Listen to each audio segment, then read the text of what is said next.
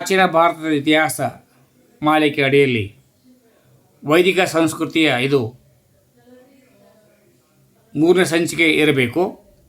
ನೋಡ್ಕೊಂಡು ಬರುವ ಬ್ರಾಹ್ಮಣಕಗಳು ವೇದಗಳಲ್ಲಿನ ಮಂತ್ರಗಳನ್ನು ಗದ್ಯ ರೂಪದಲ್ಲಿ ತಿಳಿಸುತ್ತವೆ.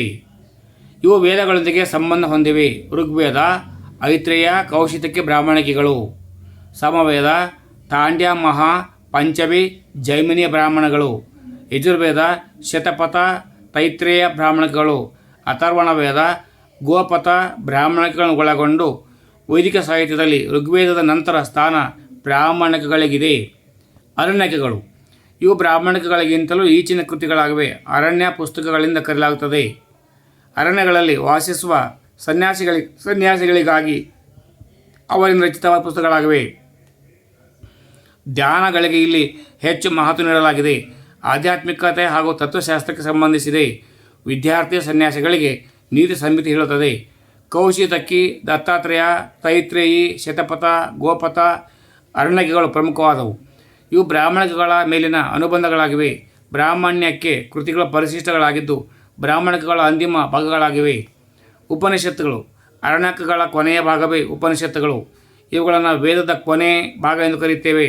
ಉಪನಿಷತ್ ಎಂದರೆ ನಿಗೂಢವಾದ ಜ್ಞಾನ ಎಂದರ್ಥ. ಉಪನಿಷತ್ ಎಂದರೆ ಬೇರೊಬ್ಬರ ಹತ್ತಿರ ಕುಳಿತುಕೊಳ್ಳುವುದು.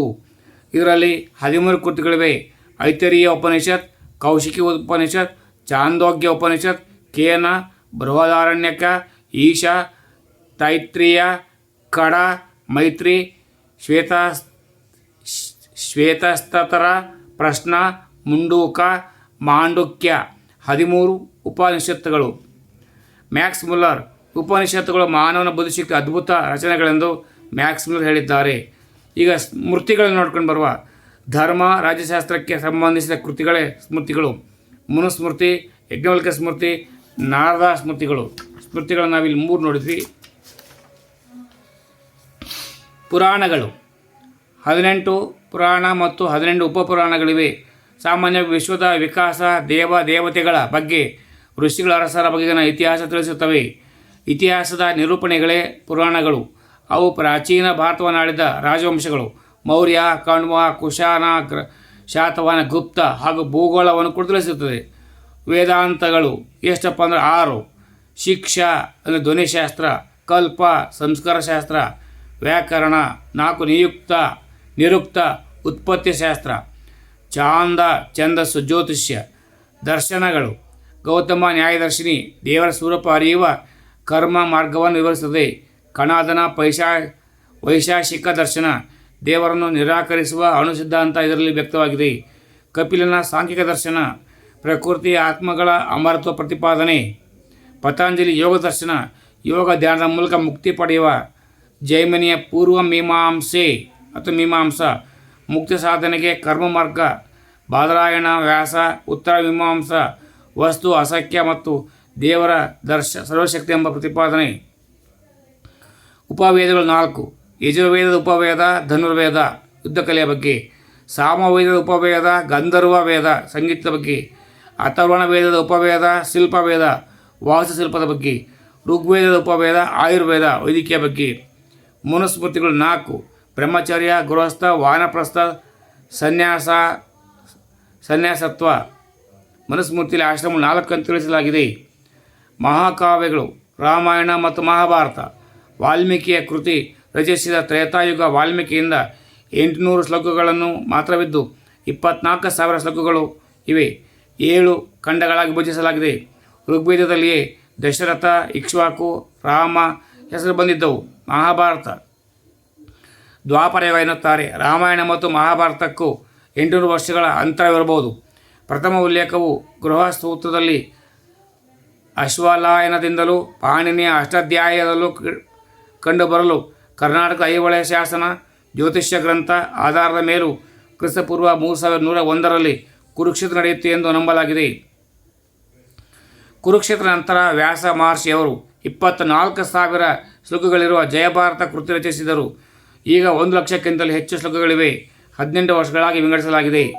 18 ಪರ್ವಗಳಾಗಿ. ಅಥರ್ವಣ ವೇದವು 760 ಶ್ಲೋಕಗಳನ್ನು ಒಳಗೊಂಡಿದೆ. 160 ಶ್ಲೋಕಗಳ ಋಗ್ವೇದದಲ್ಲಿಯೂ ಸಾಮಾನ್ಯವಾಗಿವೆ. ಪೂರ್ವ ವೈದಿಕ ಕಾಲದಲ್ಲಿ ರಾಜನ್ ಪದವಿ ಜೊತೆಗೆ ಸಾಮ್ರಾಟ್ ಎಂಬ ಪದವಿಯೂ ಕೂಡ ಇತ್ತು.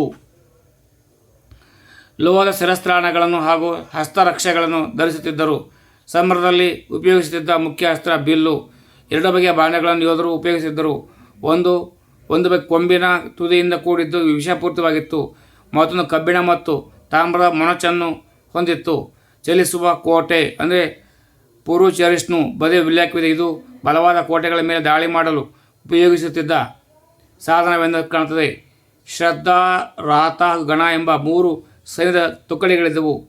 ರಾಜಪತಿ ಅಂದರೆ ಗ್ರಾಮಿಣಿ ಕಲ್ಲಿನಿಂದ ರಚಿತವಾದ ನಗರಗಳನ್ನು, ಅಶ್ಮಾಮಯಿ ಕಬ್ಬಿಣದಿಂದ ರಚಿತವಾಗಿರುವ ಆಯಸಿಗಳನ್ನೆಲ್ಲಾಗುತ್ತಿತ್ತು. ವ್ಯಾಪಾರವು ಪಾಣಿ ಎಂಬ ಜನರು ಕಸಬಾಗಿತ್ತು. ನಿಷ್ಕ ಎಂಬ ಚಿನ್ನದ ನಾಣ್ಯ ಹಣದ ಚಲಾವಣೆ ಮಧ್ಯವರ್ತಿಯಾಗಿತ್ತು. ಋಗ್ವೇದದಲ್ಲಿ ಮಾನಾ ಬಗ್ಗೆ ಉಲ್ಲೇಖವಿದೆ.